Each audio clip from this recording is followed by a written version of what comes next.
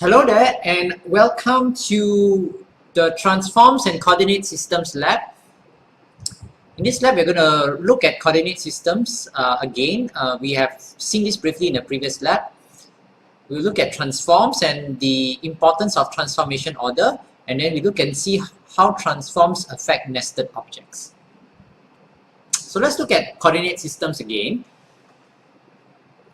So in a coordinate system, depending on whether you are having whether you're talking about two-dimensional system or a three-dimensional system, any single point in that system is identified using a coordinate syntax. For a 2D system, you're going to have two numbers. The first number represents the value of the point and its distance from the x-axis along the x-axis, and the second represents the distance of the point from the y-axis, along the y-axis. Okay, and for a three-dimensional system, okay, any single point or location in the system will be identified by three numbers, which the first represents the x-axis and y-axis, similar to the 2D coordinate syntax, and the third represents the z-axis. So the z-axis is the depth. Sometimes we call the x-axis the horizontal component of the coordinate system, the y-axis the vertical component of the coordinate system, and the z-axis represents the depth of the coordinate system. And sometimes, and also if you recall in the previous lab, we can think of x as say left and right, y represents top and bottom, and then z represents front and back. Now, every coordinate system, whether it's two-dimensional or three-dimensional, has a point where all the axes will intersect, okay, where the x, y, and z axes come together, or where the x and y axes come together, and this point is called the origin. It's called 0, 0 in a 2D system and 0, 0, 0 in a 3D system. And the coordinates for any other point, basically, we can say are the distance of that point from the origin along each of the axes, x, y, and z, if you are working in the 3D system. Okay. Now, in addition to talking about coordinate systems, in Unity we have the concept of world coordinate system and a local coordinate system. So when we specify the location of an object, of a game object in the scene view, we are using the world coordinate system. In the world coordinate system, there is only one single x, y, and z axis, and there's only one single origin 0, 0, 0 that all the objects in the scene will share. Okay, so when you specify, later on we're going to see, when we specify again the values for the transform fields in the inspector view for any given game object, we are actually talking about a world coordinate system. Okay, but in addition, we also have a local coordinate system that is unique to every single object that is created in the Unity scene view. And this local coordinate system has its own axis and origin specific to that object, which are not available or which are not used by other objects. Okay, and this is particularly useful in reference when you're performing transformation and parenting of game objects, which you're going to see later on at the end of this lab. So if you look carefully here, here you have in a two-dimensional space, you have a square and the points and the 4 points of this square are specified using the coordinate syntax of a 2D system, and they are specified with regards to the x and y axis that you see here. So this x and y axis here is the world coordinate system, and these points are basically specified in the world coordinate system. Okay. However, this object itself has an axis that's embedded within the object, and this is called the local coordinate system, and therefore the points of the square, okay, can be also specified in terms of the local coordinate system. So if you look at the figures here, I guess they're not really very clear, but if you peer hard enough, you see that the values here of this of the 4 points of this square in terms of the local coordinate system is different from the values specified in the world coordinate system. Okay, so the local coordinate system is like a set of axes, either x or y, or x, y, or z if you have a three-dimensional system that is somehow embedded in the object, usually in the middle of the object. Okay, so both the world coordinate system and local coordinate system are important when we talk about manipulating and transforming objects in Unity. Okay, the game object is the fundamental unit of any scene. At the most basic, it's just a transform and a container. And a container exists to hold the various components and make objects more dynamic and meaningful. Okay, and the most of the work that we will go through when learning to use the various features of Unity is actually working with the game objects in Unity. There are built-in game objects, and of course we can also import our own game objects from the asset store from the Unity server, which we have seen in the previous lab. And we, of course, once we build our own custom game objects, we can save them and reuse them for later purposes. Okay, so let's just briefly switch now to the Unity. Let's switch briefly to Unity. I'm going to go back to the test 1 project that I used in the previous lab. So if I create a very basic object, okay, if I just create an empty object, so I go to game object and I click on create empty. Okay, now you see here, at the most basic level, a game object has a position, a rotation, and a scale. So since we are working in 3D space, your position will be in terms of 3 coordinate systems, and these are specified in the world coordinate system. So here the scene view basically has one single world coordinate system, and in addition the game object itself has its own local coordinate system. Now this game object is a very basic one. It's an empty game object. There's absolutely nothing in it, so it's not going to be so clear to see this local coordinate system. Okay. However, let's say if I take an existing object with a that's already been created, let's say the present one, if I drag it into the scene here. Now, if you look here at this object that I've just dragged, this prefab that I've just dragged into the hierarchy view and which is now displayed in the scene view, when I click on this present 01 prefab, you notice that there's actually you can see that there's an axis embedded in it. So this axis is basically the origin of the local coordinate system for this object. Okay, and we saw earlier that I can drag this around. If I, for example, if I click on this axis, I can drag it up along the y-axis. Okay, if I wanted to. If I okay, let me see. This is maybe not so clear. Let me just see whether I can rotate this slightly a bit. I'm going to rotate this. So I'm going to click on here. I'm going to press the alternate key and just slightly rotate the view. And then I'm going to click back on here. Okay, so now, just now we saw that if I click on here, I can move this thing up and down on the y-axis. Okay, I'm sorry, now I'm clicking on the present box. Actually, I want to click on present 01. Sorry. So here we can see all the 3 coordinates, which is the y, x, and z.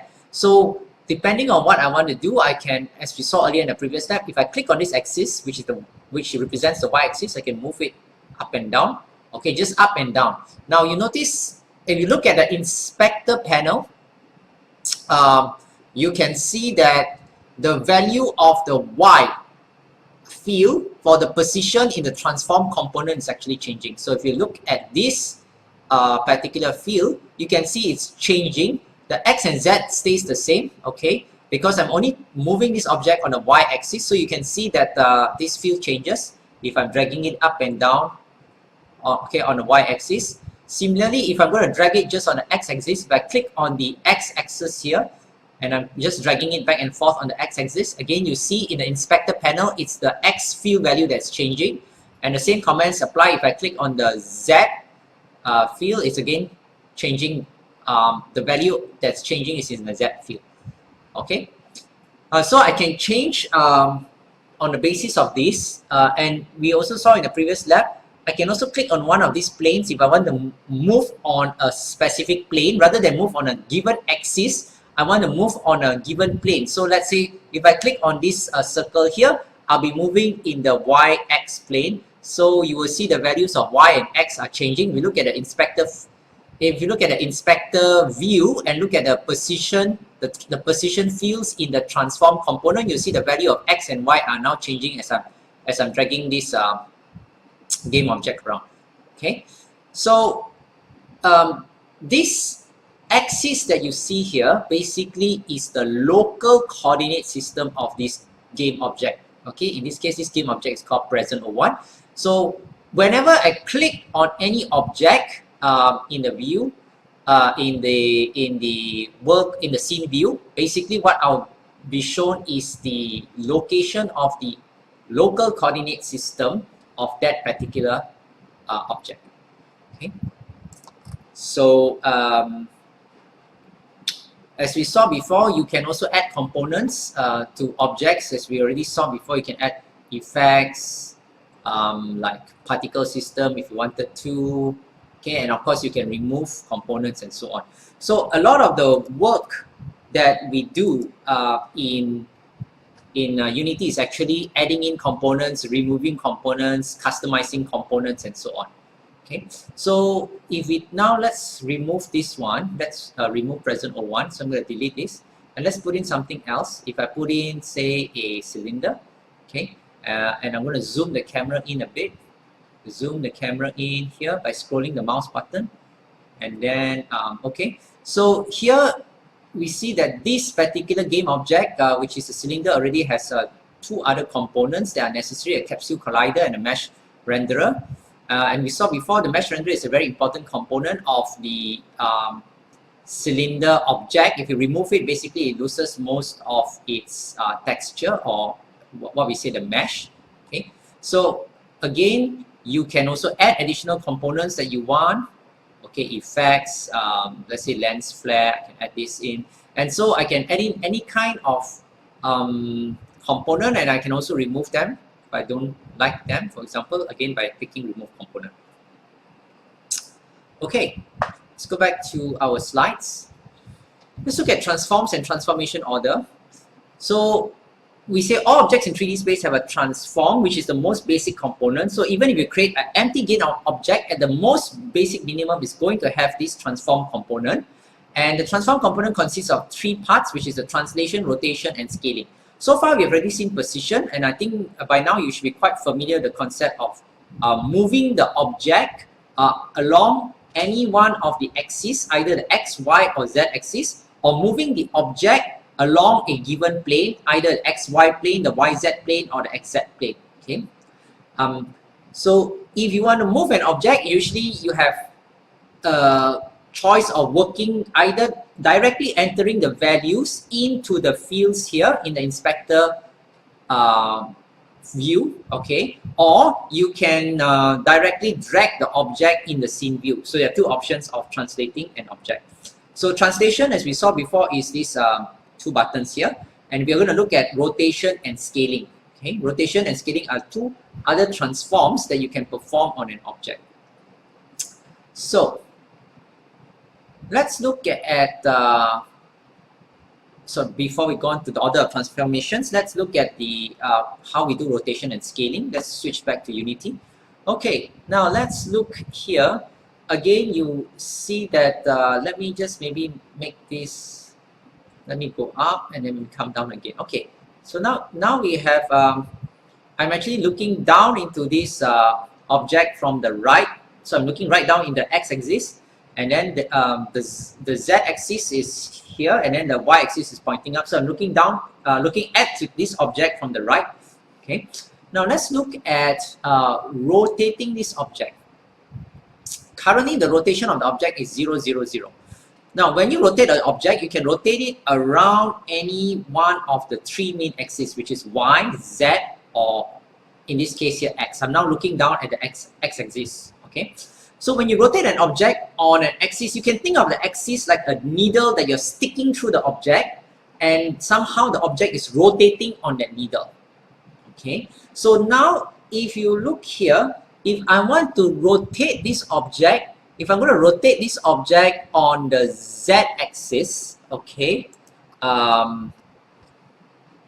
you can think of the z-axis as a needle that's going through this object here. So somehow if I'm rotating on the z-axis, I'm going to rotate it so that it moves around this needle.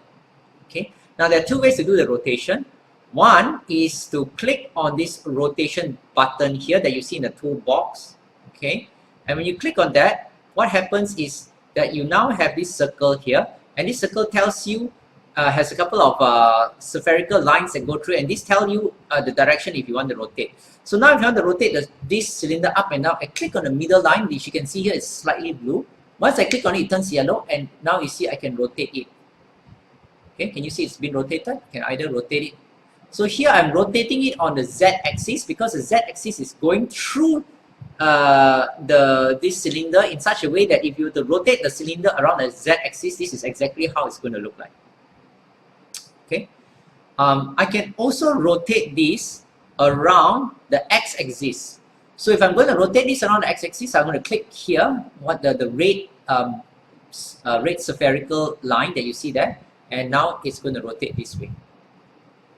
Okay, I can rotate this way, or I can rotate this way. Okay, so this is one way of rotating using the tool in the icon in the toolbar, the rotate icon. The other option is to rotate this directly in the fields for the rotation component in the transform component in my inspector view. So what I'll do is let me reset everything back to 0. So let's go back to the inspector view. I'm going to reset everything here back to 0. Okay, let's set this back to 0. And I'm going to set this back to 0.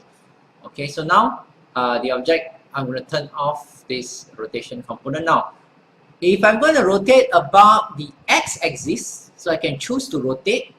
Now, I'm going to increase this value by 10. So I'm going to start by putting in 10 here, and you can see it's rotated this way. So a positive value 10 here is rotating clockwise. Okay, if I put negative 10, it's rotating counterclockwise. So negative 10, then I put in the value negative 20. You can see how it goes. Negative 30, negative 40, negative 50. Okay, negative 90. It turns all the way around onto its side. Okay, so that's rotating about the x-axis. Then let's see rotating about the z-axis. So again, let's put this as 0. So let's put this at 10. Okay. So again, positive value is rotating clockwise. So 10 clockwise, rotate clockwise 10, 20 degrees, rotate 30 degrees, rotate 40 degrees, rotate 50 degrees, rotate 60 degrees, rotate 70, rotate 80, and finally rotate 90. It's all the way on its side. Okay, switch it back to 0. Now rotating on the y, as you can see, because this object is uniform all around, if I rotate on the y, you are not actually going to see much of a difference, but you'll see the axis, the local coordinate system will move. So if I say 10, you can see that's the side movement, 20, okay, 30, you can see the local coordinate system is moving.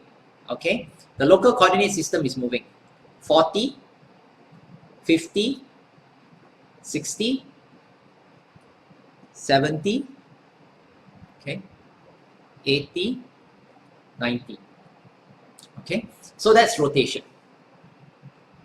And scaling is, as you may have guessed, is scaling the object in a given direction. So the scaling, just like rotation, can be done either in the field boxes in the transform component here, or you can use the icon, the scaling icon in the toolbar. So if I click here on scale, okay, now again you have three kind of boxes which you can click on to drag to represent scaling in a given direction. So here I'm going to scale in the Z direction.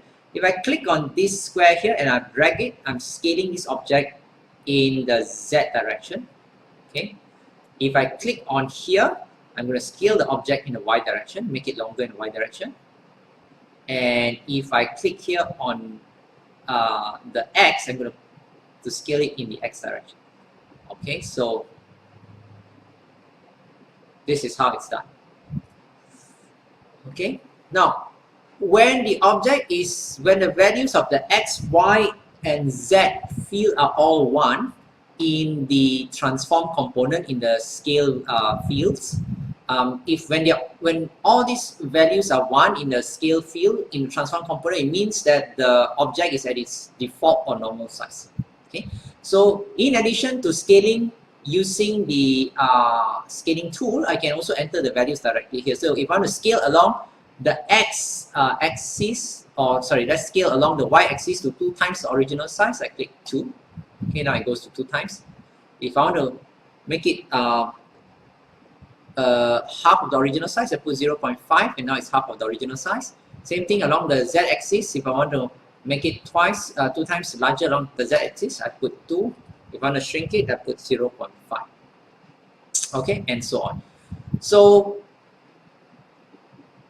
translation, position, rotation, and scaling, the values can be changed in a transform component or using one of these icons in the toolbar for the Unity interface. The question of which one to use is really up to you. If you are designing a very complex game and you need to put a lot of objects together, usually you will position them using this, using the field values here, because here you can specify down to a very high level of accuracy, so you can control how everything looks. But sometimes when the objects are very close together, you may want to drag them to make them a bit closer, you want to rotate them slightly, you want to scale them to make them a bit larger. So then you can do them directly in the scene view. Okay, so both these options are available to you, either working with the transform in the inspector view or manipulating them manually yourself inside the scene view. Okay, let's go back to our slides. Now, the order of transformations is important, because if you do one transformation followed by another transformation, the result may not be the same if you reverse the order. As far as translation is concerned, any changes applied after it generally won't be affected. So translation is usually not an issue. The issue is usually with rotation and scaling. Now, when you rotate, you're changing the orientation of the local coordinate system, which we already saw just now. When I was rotating the cylinder, you saw the local coordinate system is also changing as well. So any translations that you apply after a rotation will cause the object to move along the new location of the local coordinate system's axis. Okay, keep this in mind. We're going to see this, see what I mean by this in the next slide. Scaling does not actually change the object. It changes the size of the local coordinate grid system, so that because the local coordinate grid system gets larger, the object itself also gets larger. Okay, so this is relevant because if you do translation after scaling, the results might be different. If the object is originally at its default size, which means the scale is 1 for both x, y, and z values, and then you move it 5 units along the x-axis, then the object will actually appear to move 5 units to the right if you're looking from the scene view. On the other hand, if you scale the object to 2, that means 2 times its natural size, and then after this scaling, you try and move the object 5 units on the x-axis, the object will actually appear to move 10 units to the right. Okay, because the 5 units now is no longer a normal 5 units. It's actually 2 times the size of a normal 5 units, because you've actually elongated the size of the local coordinate system by 2 times. Okay, so this is relevant when we're talking about doing multiple transformations one after the other, and we will see this in more detail when we start working on manually transforming our game objects using scripting languages at a later point in this subject. Okay, but for now it's important to keep in mind this idea that the order of transformations is important. So let's illustrate this with an example. If you are going to move an object, let's say,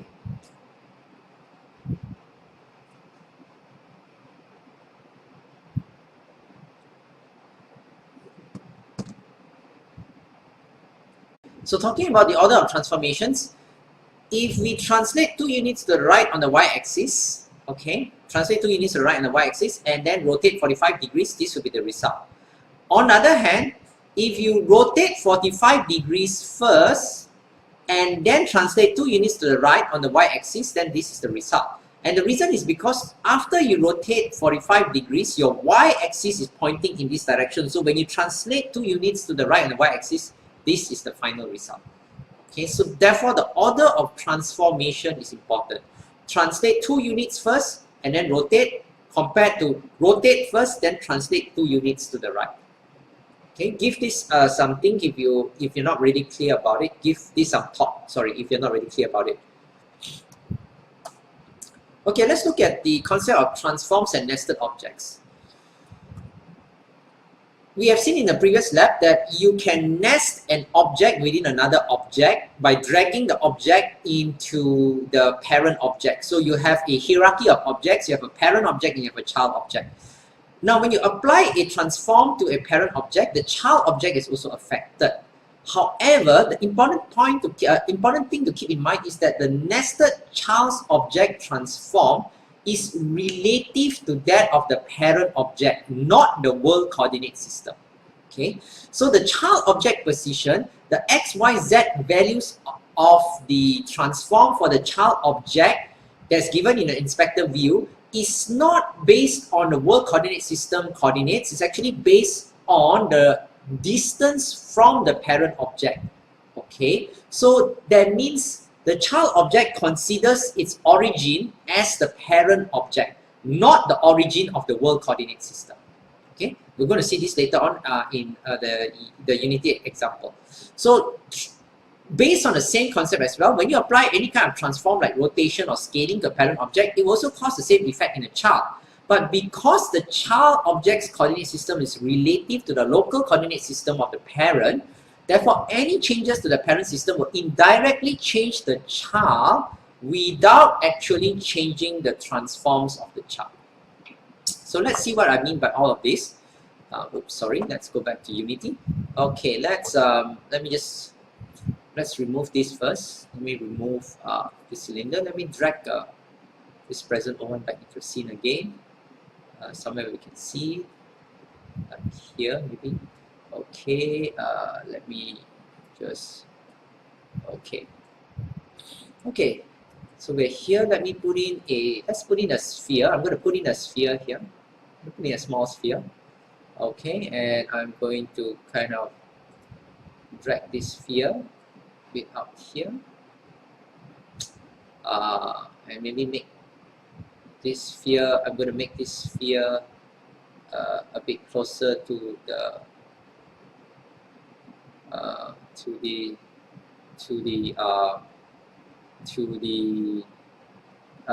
this object, to the present. Okay, now I've got the present and I've got the sphere. Now the sphere has got its own coordinate systems, and as you can see, it's -2, 0.5, 6.39, and we've got the present, which is also got its own coordinates as well. It's -6, -0.05, and 3. Now, I'm going to now take this sphere and drag it and nest it within the present. Okay, so let's see what happens when I do that. Now, you see when I do that, look, notice now, the sphere's position has actually changed. The x, y, and z values fields in the position of the transform component of the sphere has changed. Okay, and because now these values are given in terms of the distance of this nested object from the origin of the local coordinate system of the parent object. Okay, so if I were to change now, look here carefully, this sphere is nested within present O1. If I were to change this, okay, to 0, if I were to change the values of this x, y, and z fields to 0, 0, 0, this sphere will now move to the origin of the local coordinate system of the game object, not the origin of the world coordinate system. Okay, so you see, if I change this 0, 0, 0, you now see that this sphere has now disappeared into the object. It has now become embedded into the origin of the the local coordinate system of the object. Okay, keep that in mind. So let me drag this out again. I'm going to drag it out a bit. Okay, so I'm going to drag it out a bit here along the z-axis. So now, as you can see, the z value has changed. So now you see this thing, this sphere now is actually, it is its position is it's on the same x-axis. It's in the same x and y plane as the origin of the local coordinate system of the game object, but Z, it is 4 units away from the origin. Okay, so that these values are specified in terms of this sphere's position in relation to the local coordinate system. So this object has a local coordinate system. So in reference to this object's local coordinate system, this sphere is 4.99 units away on the z-axis and is still on the x, and the origin of the x and y axis of the local coordinate system. Okay, so that's a key point to keep in here, to keep in mind here. So because of that, okay, if I were to drag, so if I were to drag this sphere out away so that it's no longer embedded in the parent object, which is present O1, okay, you see that the x, y, and z values of the sphere will change again now to the world coordinate system. So now you see the sphere is no longer embedded within, sorry, the sphere is no longer nested as a child object of the present. Now its x, y, z values are the real world coordinate system x, y, z values. Okay, so let's nest it back again. We'll nest it back here again. So now the values again, as we saw, changes in relation to the values of the now changes in accordance to the relative position of the sphere from the origin of the local coordinate system of the parent object, which is the present O1. Now let's try to move present O1. So let's, if I move it now, if you notice, if I move it on the y-axis, so now you see, you can see that the y values of the present game object are changing. Look at the inspector view. You can see the y values are changing. So let's see if I drag it all the way up, you see the y values change. But if you look at the sphere, the value of the y still stays at 0. Okay, it hasn't changed at all. Although it appears that the sphere is actually moving along with the parent object that is embedded in, which is what is happening. You see, as I move the present O1 object up and down, the sphere is also moving with it. Although that's happening, the change of the y values can only be seen in the parent object. In the child object, the y values don't change. And again, what's the reason for this? Because this y value does not represent the world coordinate system value for this sphere. It represents the relative position of the coordinate system for this sphere in relation to its parent object. So if I choose to move this sphere, for example, I can click on this axis and move this up, then I'm actually saying I'm changing the y position of this sphere in relation to the local coordinate system of the parent object. So now I've changed it to 0.9, I've dragged it up a bit, or I can drag it down. Doesn't matter whether I drag it up or down, whatever value, this value changes. Once I lift it up, then this is how it's going to be fixed. And now when I move this object up and down, okay, the sphere remains fixed at that position. So again, as I move this up and down, the value of the y field in the transform component for the child object sphere does not change. Okay, keep that in mind. So always remember that a nested object, okay, whatever position it is having, it's always defined in relation to the origin of the local coordinate system, in this case the local coordinate system of the game object that it is embedded within. Okay, so the same issue here applies. Now if we look at the sphere, you see that the rotation is 0, 0, 0. So this sphere is not rotated at all with respect to this parent object. So if you rotate the parent object, so for example, if I choose to rotate this parent object, okay, so now let's say I'm going to rotate this. If I rotate the parent object, oh sorry, I'm not rotating the parent object, now I'm rotating a component. Let's go back to present. So if I rotate this parent object, you see that the sphere also rotates with it, right? And because the sphere rotates with it, it's always at the same distance from the parent object, or in the same kind of orientation from the parent object, okay, when I rotate it. So therefore, if you look at the value for the sphere, the rotation values do not change at all. X, y, and z all remain at 0, 0, 0, although I am actually rotating the parent object. Okay, so the same comments apply here as they do for the case of position. And same thing as well. Of course, I can also want to rotate the sphere as well. So if I choose to rotate the sphere, I can rotate it this way, in any given way I want. And of course, now this rotation is with respect again to the origin of the local coordinate system of the game object. And the same comments apply as well for scaling. If I choose to scale the parent object, if I want to scale the parent object, I can scale it this way. For example, I can make it scale it along the y-axis so it becomes elongated. Oh, sorry, I'm scaling the present box. I'm not scaling. Let me, sorry, click back here. So if I choose to scale this thing, as you can see, the sphere also scales as well. Can you see that? The sphere also scales as well. Okay. And that's because the local coordinate system of the sphere is also scaling along with the local coordinate system of the parent object.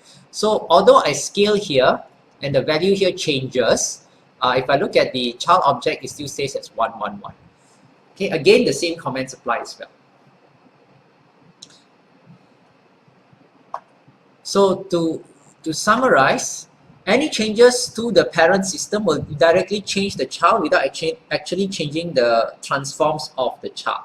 However, you can change the transforms of the child itself, but remember that whenever you change the transforms of the child, the change is always done with respect to the local coordinate system of the parent. Okay, to summarize, we have looked at coordinate systems, transforms and transformation order, and transforms and nested objects. And that brings us to the end of the lab.